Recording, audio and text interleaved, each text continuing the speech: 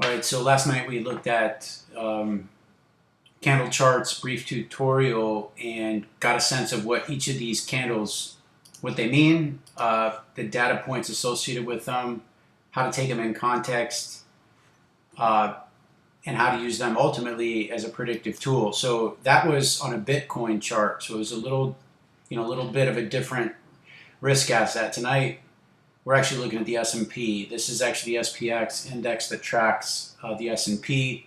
You'll see I put in some support and resistance levels here. I'll get to those here in a second. But the important thing, I'm sure as you're all aware, and certainly if you saw a video last night, I mentioned what was happening in China.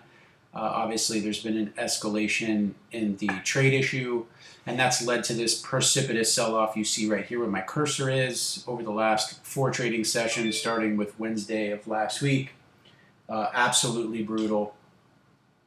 Starting with the FOMC rate cut of 25 basis points, first rate cut in over 10 years since the great financial crisis.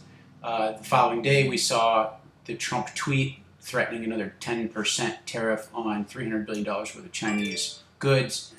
And then from there, we just saw further follow through to the downside into today after China essentially retaliated overnight. You'll remember from the video last night, we were talking about Bitcoin and how Bitcoin was ramping as a result of the yuan deval. We saw that follow through into the U.S. markets, certainly through the Asian markets overnight, and then into the U.S. markets. As you can see, there's a gap down here of about, gosh, what is that? Gosh, almost like 30 points in the S&P, which is a lot just overnight. So what's happening here? We're in a really interesting spot. First of all, this is completely inorganic. What we have here is a failed breakout. You'll see this top line here, which is at about, what is this, 29.52 or so. This, in fact, was a high. If we circle back here and look from earlier in the year, you can see in September we touched this level, bounced off. This was essentially resistance. We have a failed breakout here. We got above it. And, of course, again, Trump, which is so typical, in fact. What you see is anytime we set new highs, generally Trump is going to tweet about it. And as I've said, just kind of anecdotally, and I kind of think it's kind of funny.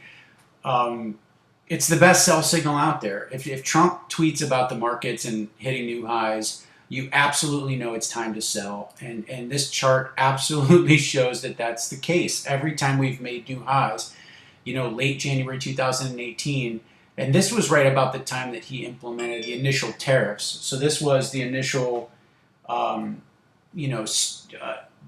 machine as well as solar panel tariff that went into place here in January. And you can see how stochastic the market became, again, compared to the previous years.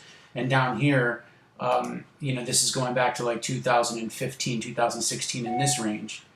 So crazy, price action once the trade issue materialized. And we've seen that kind of stochastic, kind of random nature to it ever since. And a lot of this is driven by news cycles and unfortunately driven by tweets. And that's what happened this past week. It was just, we zoom in again, we look at the Wednesday candle during the FOMC. You can see we closed well off the lows. There was some support. But the following day, which is here, this August 1st candle, and as we talked about last night, you see that really long wick here in terms of us closing well off of as high as we traded that day, showing that there's price pressure to the downside. And as we talked about, these really can be used as predictive tools, these long wicks. It tells you it's moving in this direction because the long wick up here tells you that we touched a high, selling pressure came into play, and we saw a follow through to the downside. You see the same thing, and if we look back on some of these green candles where you see, a similar situation where you see a longer wick and it tells you that there was buying pressure that pushed the price higher, and you see the follow through to the upside. So what are we seeing now? Again, just in context, we're seeing a lot of stochastic price movement over the last, 18 months plus, and I don't expect that to stop. But what we do have is a crossroads here. I have the vertical line in here, which is September 3rd. And what this represents is when the 10% tariffs would potentially materialize. We have to get from here to here. Okay, so we've still got a month of trading in here to make this happen. So how does this look? What's going to happen here? Well, this blue line here is very critical. This is a 200-day moving average. Okay, so we're again, relative to last night, we're looking at a one-day chart. Each of these candles represents 1 day. And this blue line, thus, is a 200-day moving average. So what you're seeing here is potential support. First of all, it's 10:30 p.m. Eastern Time. I can tell you for sure we are going to open lower. There's just no doubt about it. Right now, futures are trading, in fact, right around this level, this 2820 level. So we're going to gap down. We're going to gap down tomorrow morning. And my feeling is we're definitely going to hit this 200-day moving average. Now, what does that look like? We've hit the 200-day moving average a few times. You can see we did it just here back in May. We bounced up. We tested it. We actually held it. You can see back if we go to October, November, December, right in this region of 2018, you can see we breached it to the downside, and unfortunately, we couldn't hold, and we saw that massive sell-off. Now, I want you guys to keep one thing in mind. Looking at this December sell-off that happened here right around Christmas time, and we got down to this 2350 level, which was just an awesome. I mean, I'm actually surprised that was that I made that call, and it just was so at the time just so precise. It was to the dime, the 2350 bounce, just incredible. We saw that because there was support way back here, and in fact.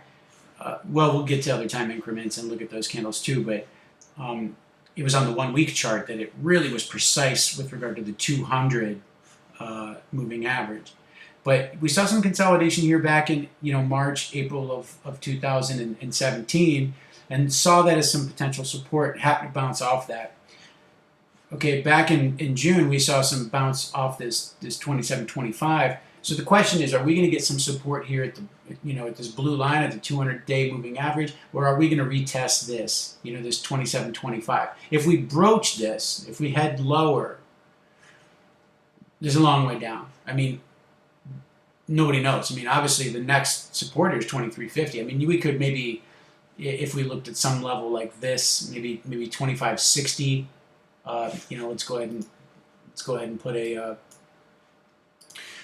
put a marker in there and look at 2560 right there. We could see that. I could see that, on a broader scale. You could see that. Not quite retesting the lows from December, but touching, a low that we had already set here back in April of 2018 or even February 2018. That would be our next level support, right? So again, this is all helpful in terms of reading the chart, but obviously helpful in terms of what's going on right now in the U.S. markets. And again, the vertical line here is just to kind of give you a delineation as to when, right now, as things stand, when these incremental 10% tariffs on $300 billion worth of Chinese goods would go into effect. Where are we going to go from here? We're going to go lower, no question. First of all, like I said, we're going to I think we'll test this 200-day moving average. Hopefully it serves as support and we'll see a turnaround Tuesday and we can see a green candle. Otherwise, I think we do test this 2725 range, and if we do break through that, to the downside, there is a chance the next support here, like I said, is about this 2560 level. So we could see a bloodbath here as it relates to the S&P. But the key component is, again, looking way back, going all the way back to the financial crisis back here. Obviously, market inertia has a bias to the upside. So keep that in mind, particularly if you are financing positions with margin and you're holding long-term holdings. Not always great to just simply sell because of the headline of the day or the latest tweet from the president. Stand your ground. I think it's just psychologically beneficial for you to work through this stuff. But again, the key component here when we look at this chart, we're looking at that blue line, again, that essentially is your 200-day moving average in this case. And I think that's going to ultimately act as support, as we've seen so much in the past. I mean, if we do break through, you just have to have some patience. But there's, like I said, looking ahead at this chart, I'm seeing further downside. I'm seeing we touch, 27.25 here. We potentially touch 25.60 if we do see further capitulation to the downside. But anyway, happy trading. Got questions, hit me up in the comments. Let's see how things go tomorrow.